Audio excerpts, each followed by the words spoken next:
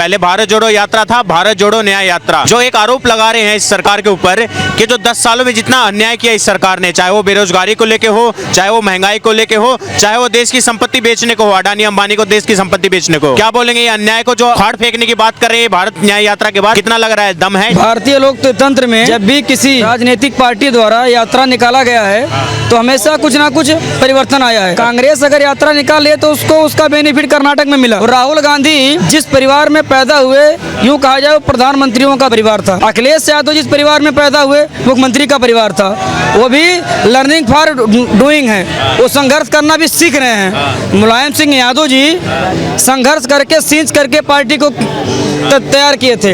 राहुल गांधी भी संघर्ष करके पार्टी को उस मुकाम पर पहुंचा रहे हैं। जवाब ले लेते हैं, क्या बोलेंगे सर? परिवर्तन होगा और राहुल गांधी जी परिवर्तन करेंगे, सीख रहे हैं वो। देखिए, पिछले 10 साल तक कांग्रेस पार्टी की सरकार थी, उस अनुभव से मैं कह रहा हूँ सरकार, ऐसी सरकार, ऐसे नेता की आज देश के ना तो युवा को जरूरत है, ना युवती को, ना महिला को, ना आदिवासी को, ना शहरवासी को, ठीक है ना। उससे जनता का, देशवासियों का मोह भंग हो चुका है, क्योंकि ये देश ने अटल बिहारी वाजपेयी को हटा के कांग्रेस को, राहुल को, सोनिया को, मनमोहन को अवसर दिया था।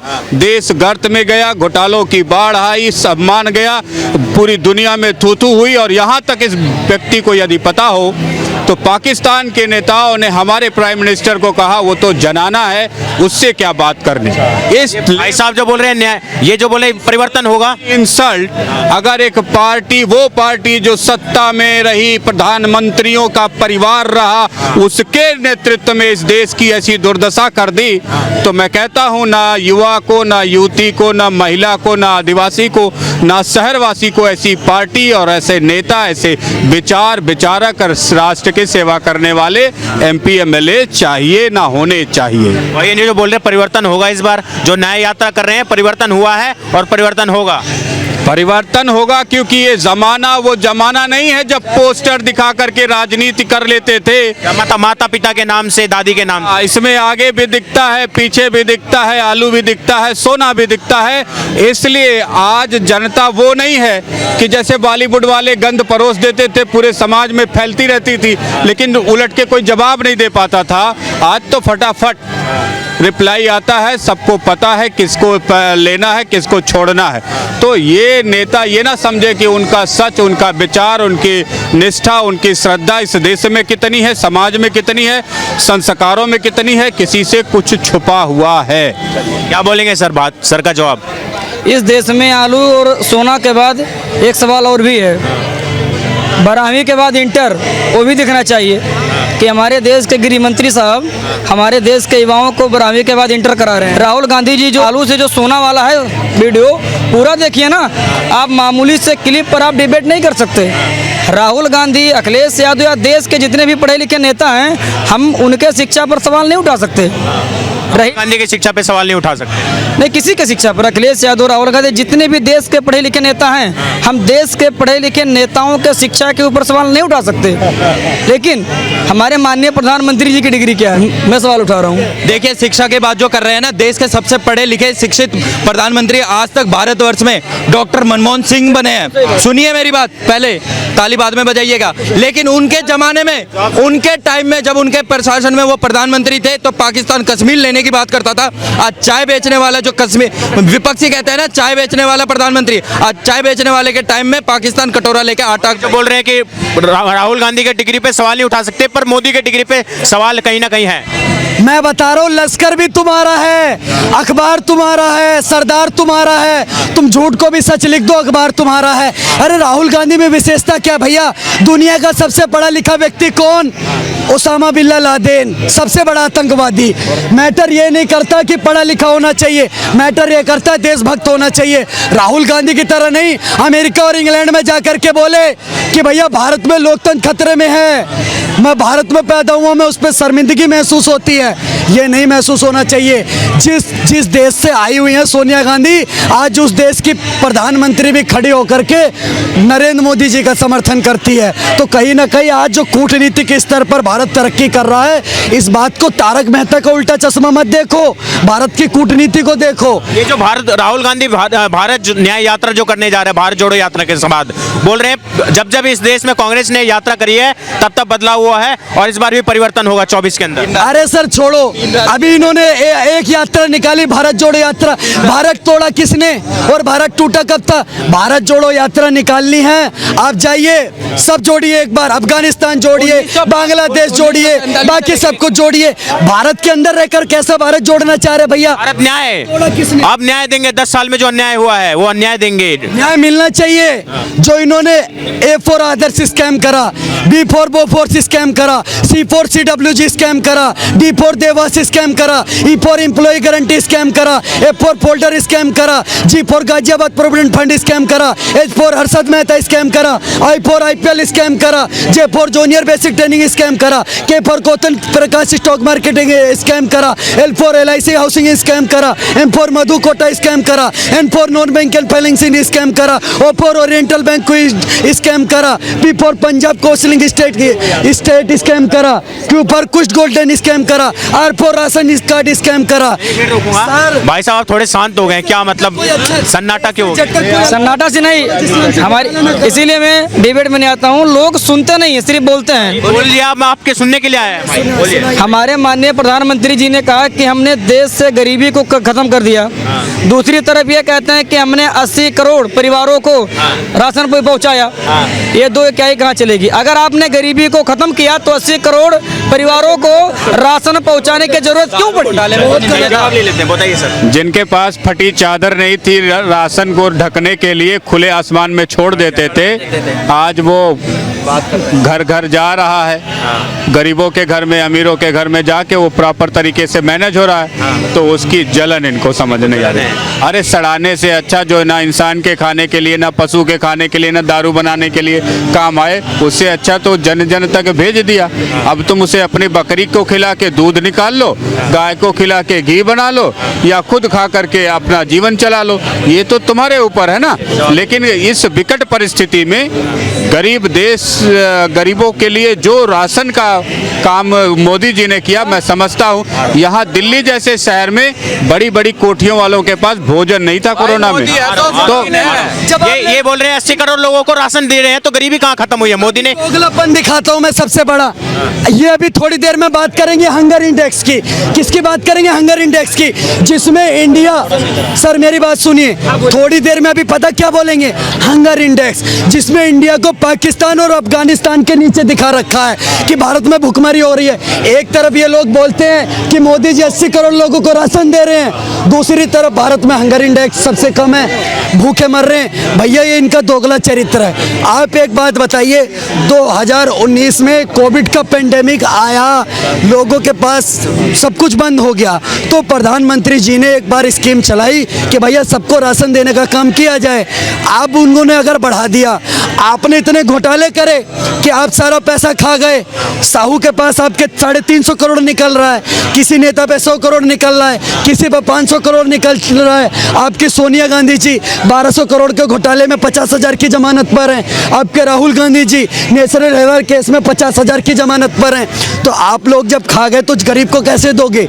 अगर प्रधानमंत्री जी गरीब को राशन दे रहे हैं तो इसमें कांग्रेस पार्टी को क्या दिक्कत है? और ये बात करें गरीबी रेखा की, भाई साहब 14 करोड़ 96 लाख नीति आयोग का डाटा है, मेरा डाटा नहीं है, ये नीति आयोग का डाटा है। 14 करोड़ 96 लाख लोग गरीबी रेखा से ऊपर आए। अब उसको भी झूठ बोल दिए लोग। 14 करोड़ लोग जो 96 लाख 14 करोड़ 96 लाख जो गरीबी रेखा से ऊपर आए, ये तो बात मानिएगा आप?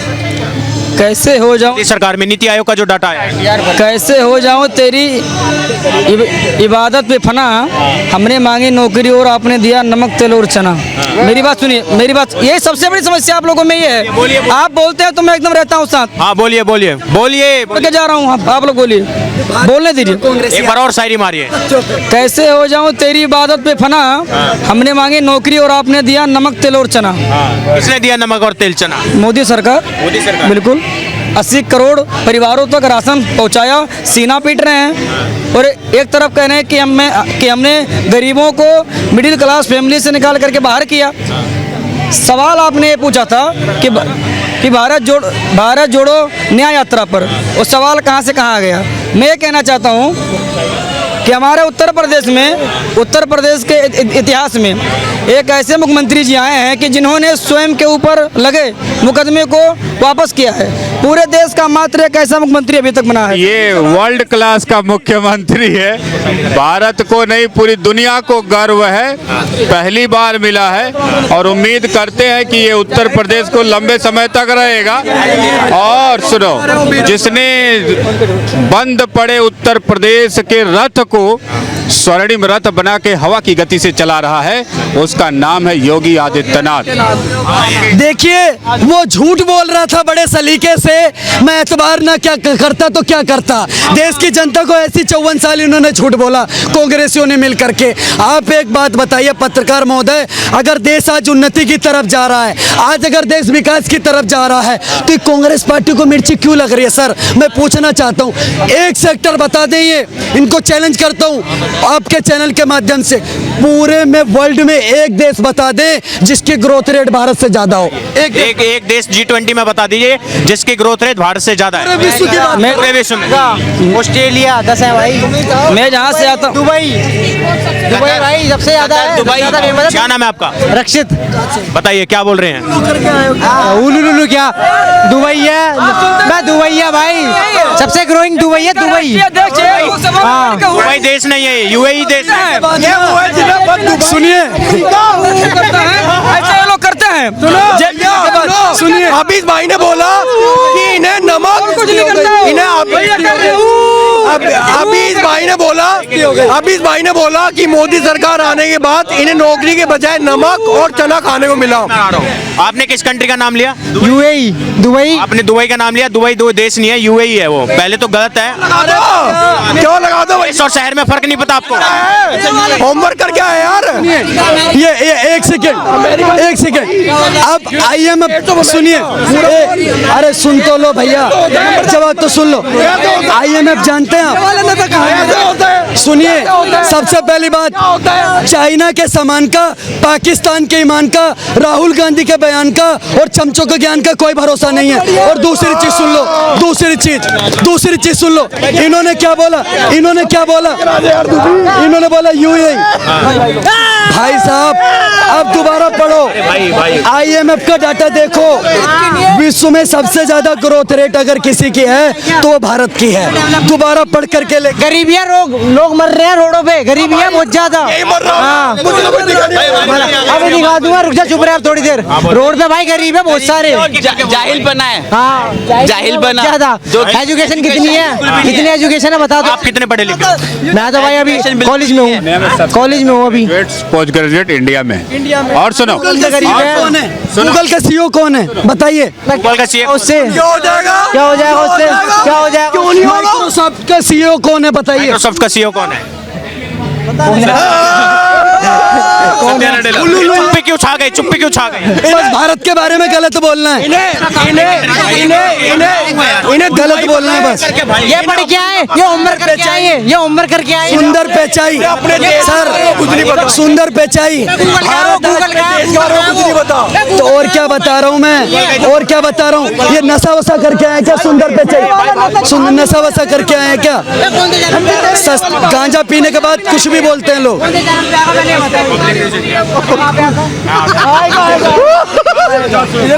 भाई साहब, सस्ते नशे के बाद कोई कुछ भी बोल देता है। आप मेरी बात सुनिए, ये लोग हाँ तो अनपढ़ होकर के फिर ये बात यहाँ मत बोलो कि भारत में सारे अनपढ़ हैं। नोट्स लेके आया ना, नोट्स लेके आया, नोट्स लेके आए, ये नोट्स लेके आए। सुनो, देश में बेरोजगारी और गरीबी क्यों है पता है? जो अनपढ़ गवार है ना, जो पढ़े लिखे नहीं होते, जो होमवर्क करके नहीं आते, जिनमें स्किल नहीं होता, वही गरीबी होते हैं।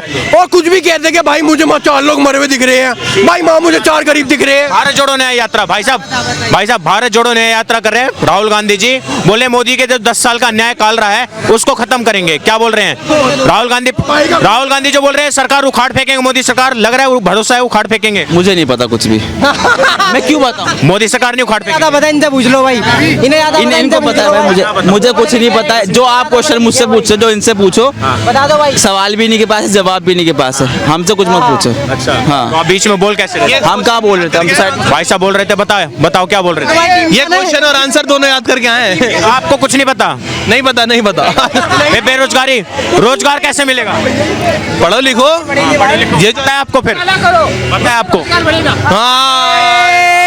ये भाई आ गए।